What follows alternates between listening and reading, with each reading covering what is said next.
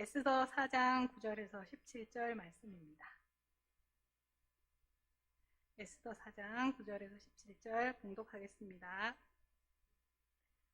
하닥이 돌아와 모르드게의 말을 에스더에게 알림해 에스더가 하닥에게 이르되 너는 모르드게에게 전하기를 왕의 신하들과 왕의 각 지방 백성이 다 알거니와 남녀를 막론하고 부름을 받지 아니하고 안뜰에 들어가서 왕에게 나가면 오직 죽이는 법이요 왕이 그자에게 금규를 내밀어야 살 것이라. 이제 내가 부름을 입어 왕에게 나가지 못한 자가 이미 30일이라 하라 하니라. 그가 에스더의 말을 모르드게에게 전하매 모르드게가 그를 시켜 에스더에게 해답하여 너는 왕궁에 있으니 모든 유다인 중에 홀로 목숨을 건지리라 생각하지 말라. 이때 내가 만일 잠잠하여 말이 없으면 유다인은 다른 데로 말미암아 노임과 구원을 얻으려니와 너와 내 아버지 집은 멸망하리라. 내가 왕후의 자리를 얻은 것이 이때를 위함이 아닌지 누가 알았겠느냐 하니 에스더가 모르드게에게 해답하여 이르되 당신은 가서 수산에 있는 유다인을 다 모으고 나를 위하여 금식하되 밤낮 3일을 먹지도 말고 마시지도 마소서. 나도 나의 시녀와 더불어 이렇게 금식한 후에 규례를 어기고 왕에게 나아가리니 죽으면 죽으리이다 하니라. 모르드게가 가서 에스더가 명령한 대로 다 행하니라. 아멘.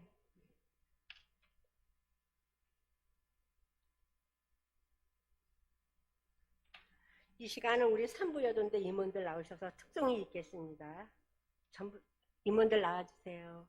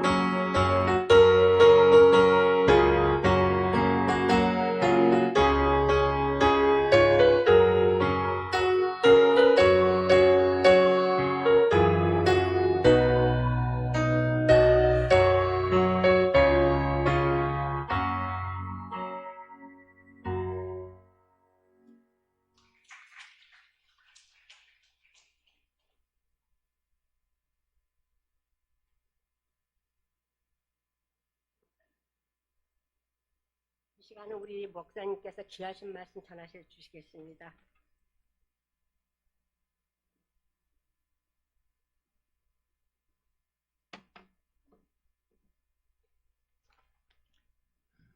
할렐루야. 오늘 본문 말씀을 통해서 우리가 같이 은혜를 나누고자 합니다. 성경 봉독이 1절, 2절로 생각해서 너무 쉽다고 생각했는데 갑자기 9절에서 17절로 늘어나가지고 당황했을 것 같아요. 성경 봉독하는데 다들 짧았으면 하는 바람들을 많이들 갖고 있더라고요. 오늘 말씀 우리가 보면서 한번 전체 4장 전체를 다 읽으면 좋겠는데 그러지 못하고 9절에서 17절까지만 봉독을 했습니다.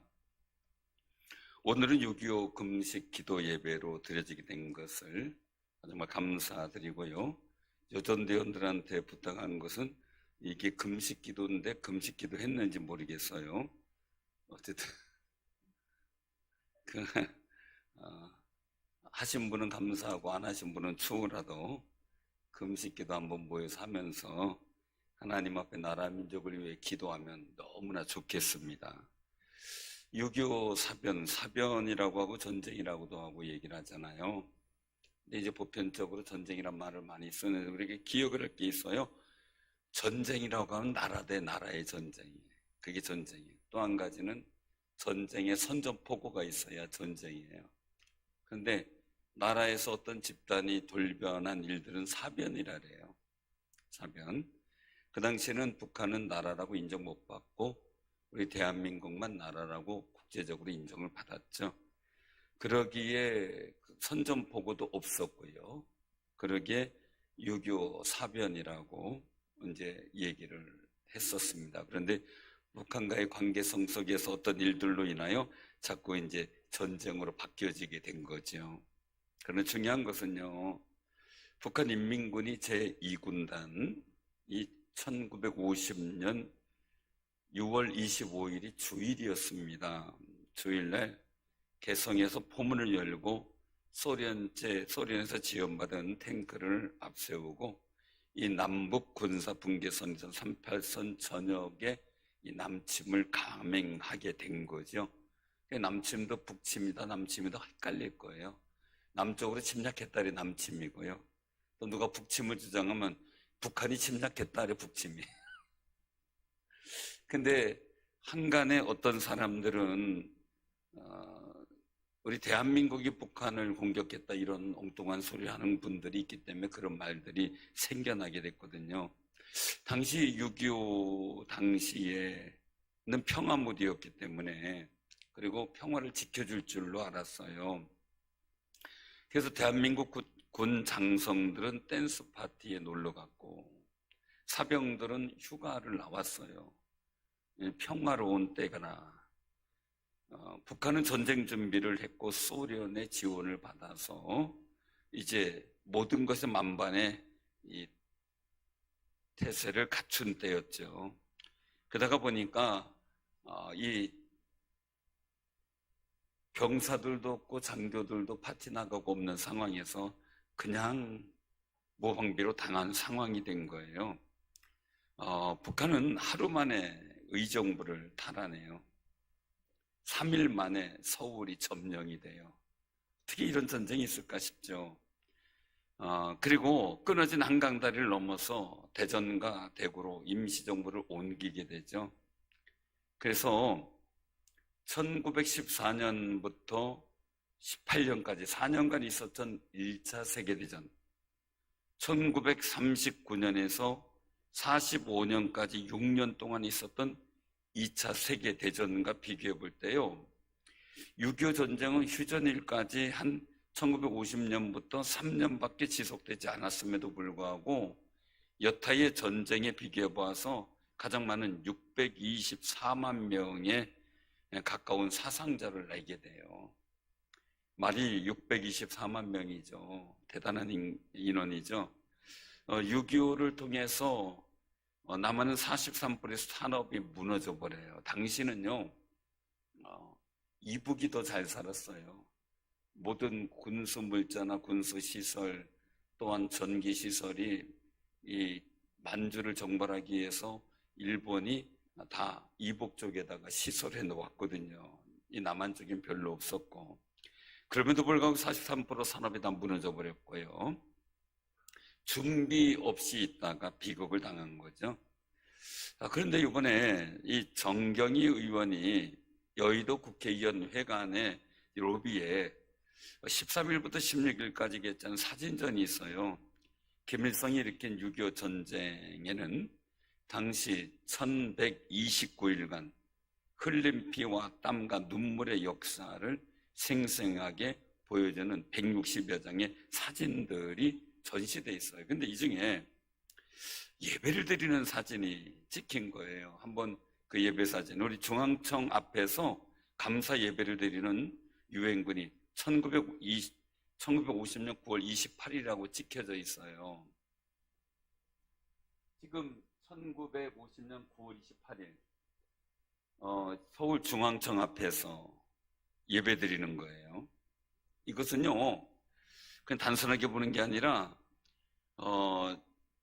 유엔군 청년들이 계단에 걸쳐 앉아서 예배를 드리고 있는데 9월 28일은 6.25 발발 3일 만에 북한군에 점령당한 수도를 국군과 유엔군이 회복한 날이에요. 그때 그 부대에서 예배를 드리죠.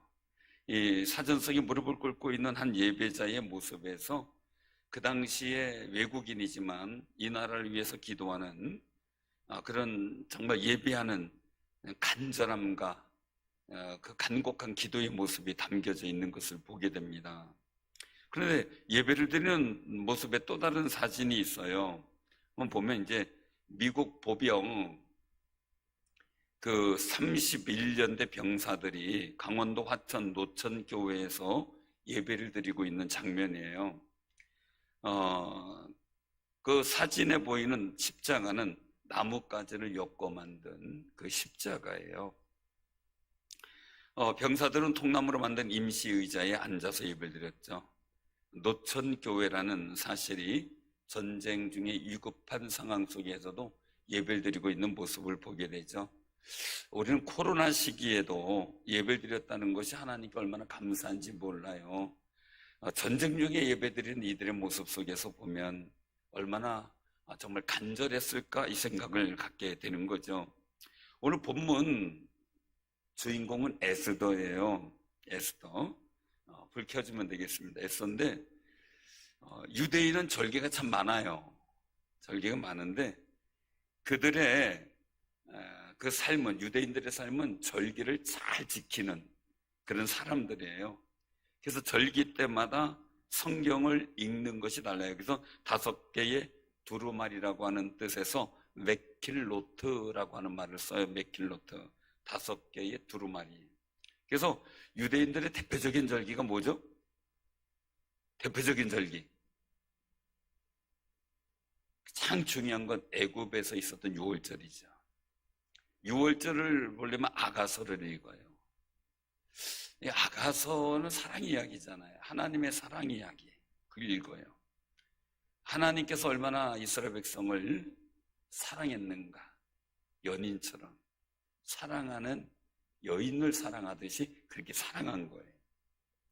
근데 두 번째 절기 77절 오순절이 있어요. 그 오순절은 룻기를 읽는 달이에요. 룻기.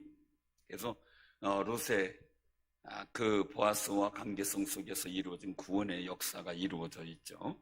세 번째 절기는 초막절이에요. 초막절에는 전도서를 읽어요. 네 번째 절기인 티샤베아브, 이것은 성전이 파괴된 날을 의미해요. 그 티샤베아브라고 하는데 그때는 예레미야 애가를 읽어요. 슬픔의 날이기 때문에. 그리고 5번째 절기가 부림절이에요. 이 부림절이 바로 에스더를 통해서 이루어진 유대인의 구원의 역사예요. 구원의 역사. 그래서 에스더를 읽는데 이 각 절기마다 그에 해당되는 이 메킬로트를 읽을 때 그들이 책을 읽듯이 줄줄 읽는 게 아니고요. 노래와 같이 이 에스더의 내용이나 룻기의 내용을 노래와 그리고 또한 공연을 하듯이 이걸 읽어요. 그냥 읽는 게 아니죠.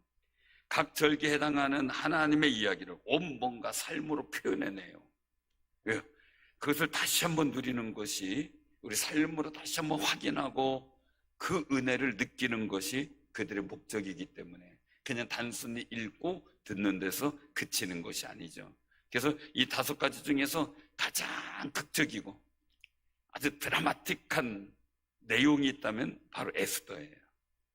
에스더는 자체가 드라마고, 드라마 중에서 가장 재미있는 이 반전이 이루어지는 역사가 나타났죠.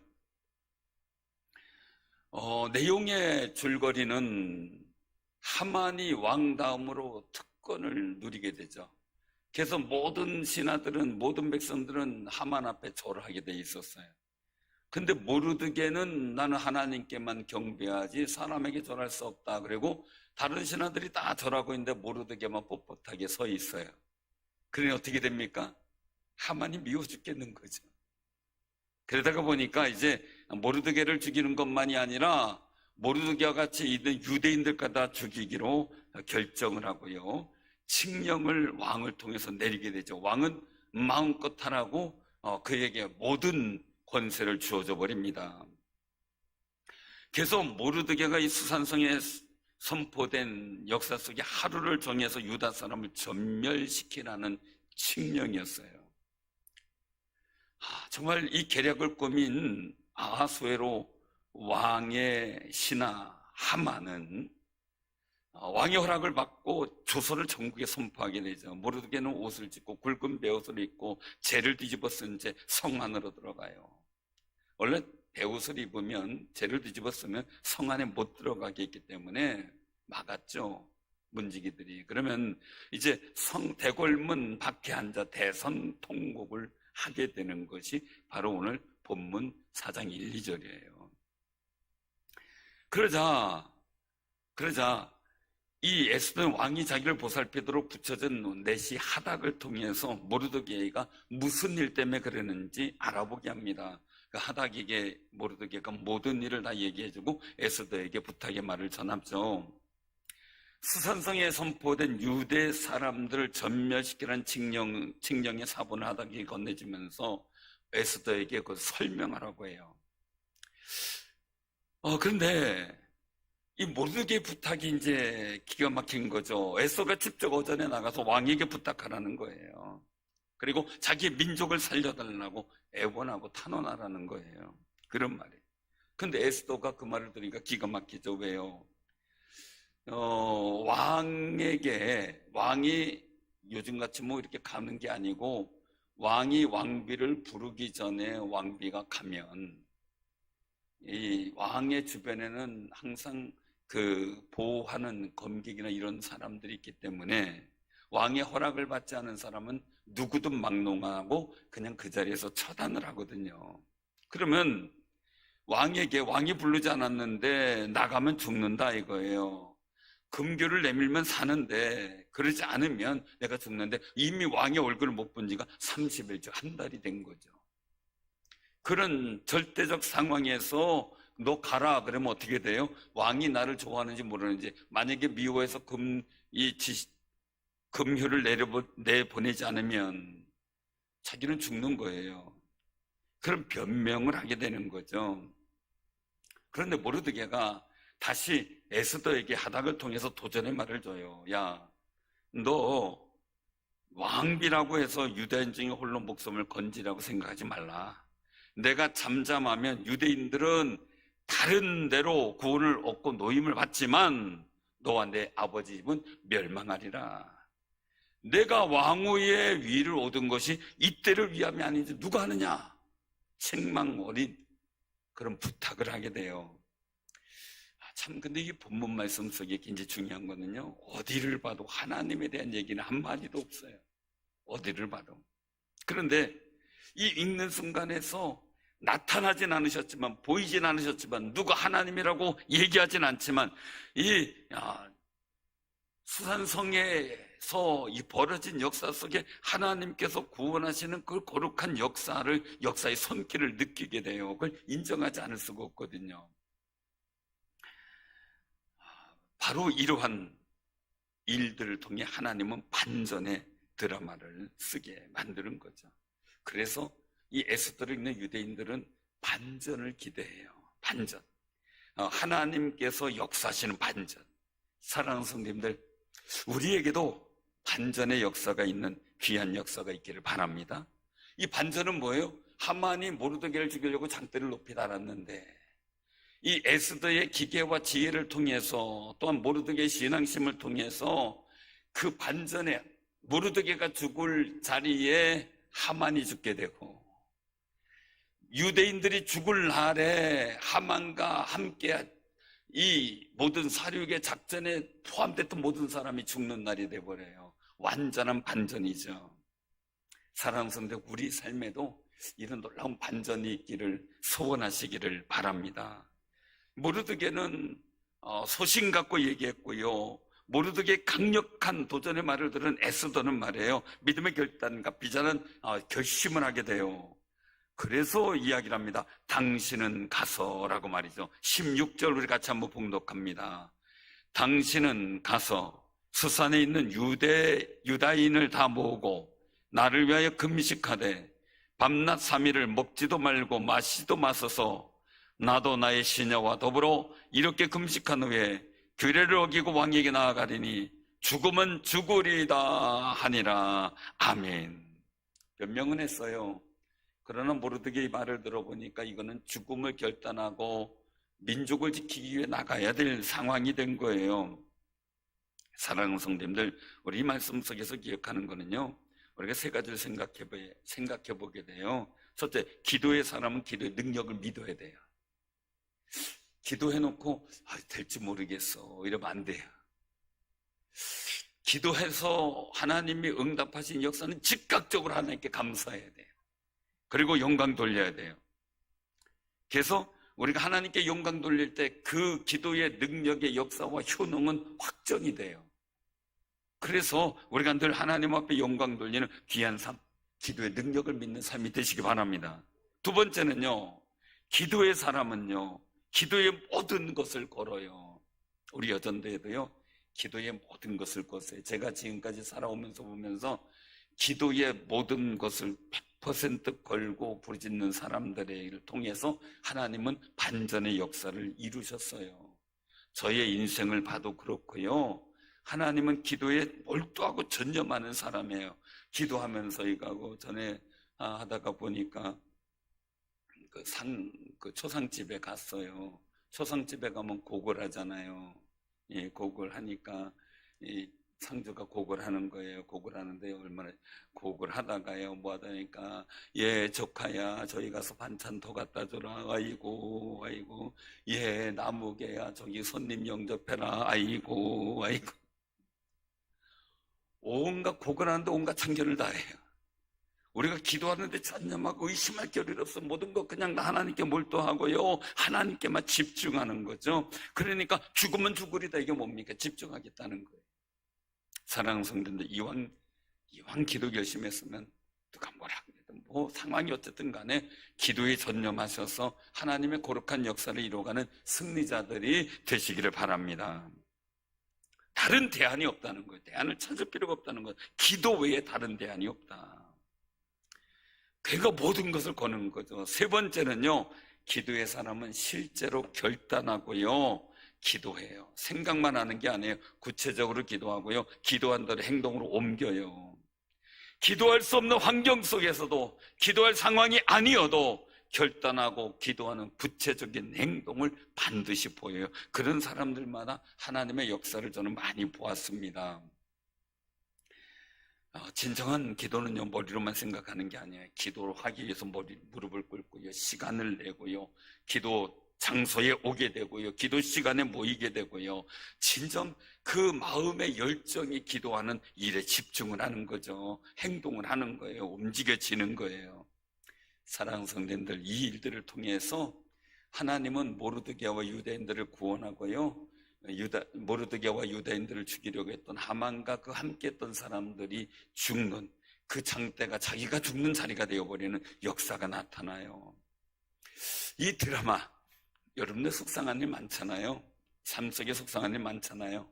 그러나 반전을 준비하시는 하나님을 믿는다면, 우린 기도할 수 있죠. 반전을 준비하시는 하나님이 믿어진다면 우리는 행동으로 옮길 수 있는 용기도 생겨요. 그런데요, 이 6.25 같은 드라마도 없어요. 한번 우리가 띄우시기 바랍니다. 6.25 과정을 한번 보시기 바랍니다. 여기 보면 첫 번째 그림이 1950년 6월 25일부터 9월까지 전쟁이에요. 그때 한번 가만 내용을 보면요, 대구, 부산만 남았어요. 불과 3개월밖에 안 걸려요. 자, 그리고 두 번째는 국군과 유엔군이 반격이 되는데 1950년 9월부터 11월까지예요. 다시 3개월 채 안 되는 거죠. 2개월이죠. 2개월간에 압록강 주변까지 회복을 해버려요. 위에까지. 그리고 다시 중국군 개입이 1950년 10월부터 1951년 1월까지 참관하기 시작하면서 서울 이남까지 뺏겨버려요. 그리고 휴전협정이 진행되는 1951년 1월부터 1954년 7월까지 수많은 전투를 통해서 지금의 38선까지 회복이 되게 돼요. 근데 굉장히 중요한 모습이 나오죠. 지금의 38선을 보면 원래는 이 마지막 그림의 개성이 우리 남한 땅이었고요. 저쪽 그 고성이나 이런 속초 이쪽이 북한 땅이었어요.